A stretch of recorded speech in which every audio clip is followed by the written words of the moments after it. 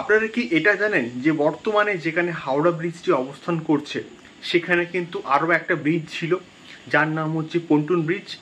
কিন্তু এই পন্টুন ব্রিজটিকে ভেঙে দেওয়া হয়েছিল কেন, বা পন্টুন ব্রিজটিকে ভেঙে হাওড়া ব্রিজটা তৈরি করা হয়েছিল কেন, তার একমাত্র কারণ হচ্ছে হাওড়া এবং কলকাতা এদের মধ্যেকার যোগাযোগ ব্যবস্থাটাকে আরও উন্নত করার কিন্তু চেষ্টা করা হয়েছিল। তো প্রাথমিক অবস্থায় কিন্তু হাওড়া এবং কলকাতার মধ্যেকার যোগাযোগ ব্যবস্থাটাকে উন্নত করার জন্য কিন্তু এই পন্টুন ব্রিজটি তৈরি করা হয়েছিল। কিন্তু তার পরবর্তীকালে এই পন্টুন ব্রিজটিকে নিয়ে একটা প্রবলেম কিন্তু ক্রিয়েট হয়। তার কারণটা হচ্ছে যতবার হুগলির নদীর ওপর দিয়ে নৌকা, স্টিমার, জাহাজ যাওয়া আসা করতো ততবার কিন্তু পন্টুন ব্রিজটিকে খুলে ফেলা হতো বা খুলে দেওয়া হতো, এবং এটাই হচ্ছে একমাত্র কারণ যার জন্য কিন্তু পন্টুন ব্রিজ একটা প্রবলেমেটিক বিষয়পত্র কিন্তু হয়ে দাঁড়িয়েছিল।